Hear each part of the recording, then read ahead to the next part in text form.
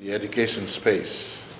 The Prime Minister was the guest speaker during the UPNG workshop at the APEC House. He began his speech pointing out the constant increase of students missing out on selection to universities and other higher learning institutions. PM Marape says this is a worrying trend.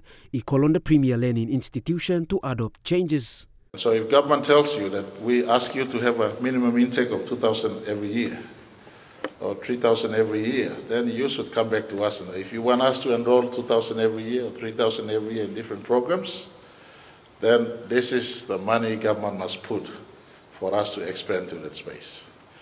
I'm looking at the higher education to fill in that gap, that 30,000 graduates of grade 12 every year, we want them to be absorbed into a post-grade 12 program. Not just university, but all our colleges.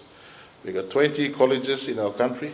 Among the Prime Minister's talking points, he also mentioned the need to increase the intake of enrollments. While many institutions do not have capacity to accommodate that, PM Marape spoke of his government's intention to help build and ensure universities run academic programs to build the country's workforce.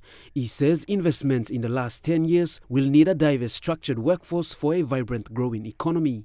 Because we need to expand the higher learning. And I'm just asking you, in part of your conversations today, for the next 2-3 years, work on a clear, workable plan, and I give to you our government's commitment. We'll try our absolute best to finance that. We may not have the actual money in 2022, 2023, but as I look into the window in the next 5 to 10 years, if we progress Papua LNG, PNG LNG has 100% return on our investment. Wafi Golpu, if it goes ahead and constructed, and we gain more from where we could gain, and all the other resource projects put together, and we work to increase the base by getting our people to engage in agriculture. We now have a clear signature policy on price support, trying to get the world price and give to our producers, our small people out there engaged in agriculture.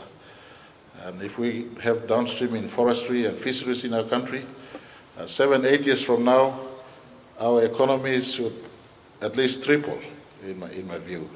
Despite speaking to staff and administration of UPNG, he also spoke highly of other higher learning institutions in the country. The Prime Minister says Papua New Guinea is now on the road to celebrate its Golden Jubilee in 5 years' time, and UPNG must take the lead in building intellectuals. He wants standards raised, a variety of study fields established, and for every individual to be given the opportunity to advance in higher learning and help build this country.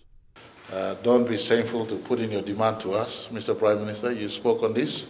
We're now coming to you with our game plan for UPNG.